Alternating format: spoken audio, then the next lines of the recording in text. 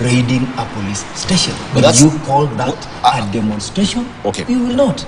And that is why we are saying that the cartoon, a handshake with a smoking gun, that my brother Senator Onyonga called smoking gun, and a break to retreat. We saying Kenyans are entitled to demonstrate, but since when did we experience peaceful demonstration organized by the opposition, and in this case by Raila Odinga? Thank you. Never ever. All right. So let us have a conversation beyond this. The theme of everyone, if we were to be talking about the theme of dealing with the issues affecting Kenyans, this is the time. Lastly, a good number of them, which I think this must have been the provost from the Nairobi church, yes, provost and the religious leader, saying that we need to have a conversation about it. And I've said it's not about the issues affecting Kenya, it's about Raila. But then, Kenya Kwanza has said, and we still say, in fact, tomorrow, by the way, we are going to be having our meeting as the Kenya Kwanza bipartisan team, saying we haven't taken a backseat.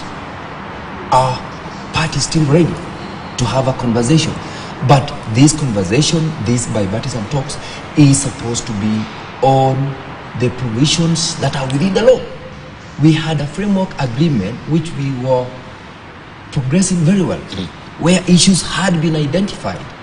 Parties had agreed. Thank you. This is the first, this is the second, up to the 8th issue. Okay. So we are saying if what the leaders are calling for is anything to do with what the constitution can protect, we are ready to still engage because we love Kenya more than the sort of issues we experience. Honorable Sige, I just wanted to advance or express this question to you because if you look at what we have on the front page of the People Daily, there is that question that is being asked there, or Uhuru is asking questions.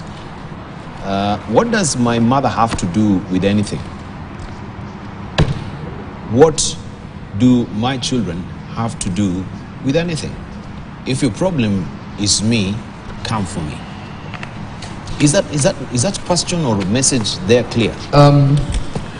Remember? No, it's just a bipolar answer, yes or no. Is that question there? Before I answer, I must create the context. I must put it in context. No. This put this in context, and I'll answer you a yes or no. Because I want to arrive to watch actually. It is a question, but the context within which it's being asked is completely off. Okay, just a moment. No. The law. I'm trying to drive to actually ask you, is it clear to you? The question, is it clear to you? Very clear. Very clear. Yes. So even if the question, even if he's in a drunken stupor, as you suggest that he was drunk, the question is clear, isn't it? Yes. Thank you. All right, let's hear from Farah Malim. On the same question? You wanted to weigh in on the same question as well, I see. You see, but then you didn't allow me to put context. You see, let me... Because even as I attempt to answer the first question, that do my kids have anything to do with this, or my mother, and if the problem is me, come for me. The context of this is what the police had done, and I wanted to say that none of us, including himself, is above the law. If there is anything that you're doing that is against the law, you cannot come and put your mother and your children and purport to say that they are the ones who are affected. They are citizens of Kenya. They are above 18. They've got nothing to do with him as a former president. Right. They are adults who take their responsibility if they were to go against the law. All right. So if these 28 guns were found, or it is alleged that they were found in the son's house. Yes. If after all they are licensed guns, will the government really be taking special umbrage with the 20, or you cannot really license? Remember the bar at some point, Kenya was a state of impunity, where everything else, I mean, the presidency of Uhuru, the period that we were under that siege of, I wouldn't want to use the term I earlier on used, where we were almost being in a government that has got no rule of law in place. Those are the things that happened. We cannot justify that though it happened because of the fact that he was in office, it was right. It can't be right when it is wrong. Why do you need to be having 28 guns in your house? That's a good question. All right, okay. Why 28 guns? You know, it's not been established if they were yet. This is allegation. So for me, at least from party police officers from a point of clarity, it has not yet been established. But I wanted just to come to the issue of police brutality on this, because it seems, yes, we are talking about Raila being the face of this demonstration. He was down in the flu. and still he was in the demonstrations continued apace. Well, he is the one who claims he was actually down at the field. Farah Maalim, are you looking at, first of all, if we may just follow this case of Uhuru Kenyatta, we had a police security car that had a foreign registration. This is a Sudanese foreign registration. We had the police in plain clothes. We cannot establish if they were police or not. We have him talking about the Bondo police station being raided with, personnel that had a police fatigue. There is confusion on the plain clothes that we have in the crowds. The raiding of now police with all the fatigue of a police at that particular police station. This particular plain clothes police going to Uhuru Kenyatta's son or going after Uhuru Kenyatta's son. When we have this mix of confusion on who is wearing the police fatigue or who is in the plain clothes and they claim to be police, are we now having a spawning ground for an anarchy because we don't know who is holding a gun? First of all, do you actually agree with the brutality that has been ongoing so far with the maiming? How many lives have we lost? Almost 20 lives so far. This is the issue I think we're not also discussing on this table. We are just focusing on navel-gazing on the demonstrations and not the brutality of the police. Yeah, there are two things that we have to take stock of. To begin with, I did not say I want to see an autocratic rule here. I didn't say that. But I said, instead of having a failed state, people don't, what it is better. You don't selectively pick on things. If you have a failed center, then you're going to have warlords. Then you're going to have militias, private militias, and all sorts of things. And you will have a nation like the way Somalia was in the initial days. The way Rwanda was in the initial days, when almost 1 million people were massacred. God forbid we should never push for a failed state. And the state has got to have the monopoly of firepower. And sometimes it's important for us to understand these things in many contexts. You don't just look at your position and your situation on that material type. Look at it for posterity. Tomorrow you'll be in the government. Would you want a situation similar to this? Would you want the opposition to behave towards you in a similar fashion? Would you want yourself, when you're in the opposition, to be treated the way you're treating the opposition? You see, you have to look at all these things within that wider context. One thing I have a problem with is I was hearing how 2 policemen were killed. Isn't it so? Yes. 2 policemen were killed. By the way,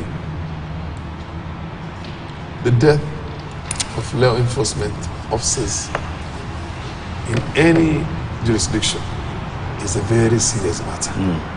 Very, very serious matter. And what I know myself is that when those kind of things happen, the policemen will all assume, each one of them will assume that I'm a target too.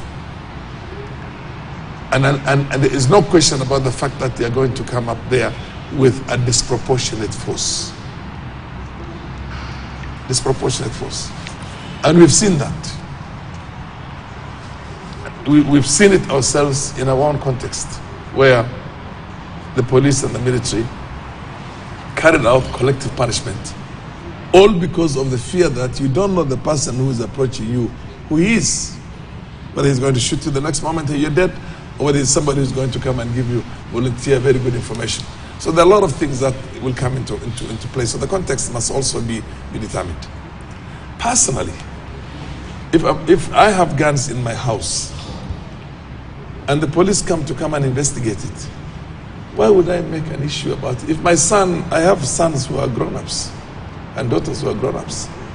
If they have guns in their own houses and they have acquired these things because they applied for these things and they were licensed to have that, and the firearms department would want to come and examine and see if these firearms have been fired from, they're carrying out any investigation.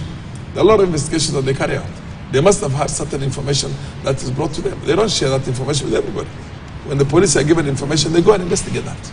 and they come to my house. Why would I want to come there and say, why is my son being investigated? No, I'll tell them, welcome, open up the door for them, bring out these things, these are the licenses, these are the licenses, these are the licenses, and show how clean you are. But for you to come out there and tell the government of the day, doesn't matter whether you are a former president or you've been there for the longest, and you are no longer in office, and you tell them, you want to come for me, you come for me. It's the wrong message. It means you assume that you are a law unto yourself, and you assume that you can check on the government of the day. I mean, where does that kind of very, misplaced bravado come from? The point is, what he one time said, if you think I have committed any offense, come and take me to court and prove me in a court of law that I have committed these things. But to tell them, who are you? How do you talk to such people? You want to come for me? You come for me. I'm not scared of you. Those are the wrong approaches. Now, what I want to tell you and Kenyans and everybody who's here is that, look, this country is bigger than Uhuru Kenyatta, it's bigger than William Ruto, it's bigger than Raila Odinga, it's bigger than anybody who is there in the fray. Let us look at these things within the context of how we would want this country to be run. What are the mandates, the systems that are in place? What are the authorities and the mandates that are drawn from that system? How long is that supposed to be there? You're given 5 years, we wait for you after 5 years and we throw you out. If you don't, we try it. You see what I mean? The other bit is that Onyanka was talking about the gaps in the constitution. Yes, but there's a process. I was one person who was pushing for a parliamentary system at the time. But let me tell you one thing. When you think that you're going to be the next president, you don't want to go for a parliamentary system. That parliamentary system, presidential system, would not have been in place if we, in those days in ODM, did not assent to it. There was a problem within ODM. We already had an issue with the Rift Valley, Kalenjin Rift Valley, and the rest of the others, and of course with Raila, on the issues of the Mau forest and how we handled those many couple of hundreds of Kalenjin youths who are in prison and who they felt, given the fact that now he's a prime minister, instead of standing up to the people who fought for him, who forced this coalition government, he abandoned them as was seeking new friends now in other parts of the world, including in the country, including being enthroned as a leader. Thank you. So let me just finish. As a traditional leader in mountain region, you know what I mean? Those who are there. I was one of those guys who told him, look, you're committing a political suicide. First of all, deal with the issues that you have. And anyway, for whatever it is worth, that is how people like even Ruto went on to the other side. So what I'm trying to tell you, and the fact that you think that you're now in a situation in which you're going to have absolute power, so why should you share power? Because parliamentary system is basically where you share power and you can be thrown out anytime by parliament itself. But then when you're not in office, it's fair to say, now let's go for a parliamentary system. You know what I mean? Okay. Now, do you think somebody who's in government and is having the kind of powers that Ruto has will accept for us to go for a parliamentary system now? Always a system which you fight for should come into force. Thank you, Farah. After the life of that Thank you, Farah. parliament. Thank you. You understand? Thank you. We'll so we want to change things. Let's change it for the better, and let's do it in a bipartisan manner. And I can assure you, it will not come into force in 2027. Right. Because this guy will want to come back again for another 5 years. Richard Onyanka, about William Ruto. thank you. We have Farah raising the question of Uhuru Kenyatta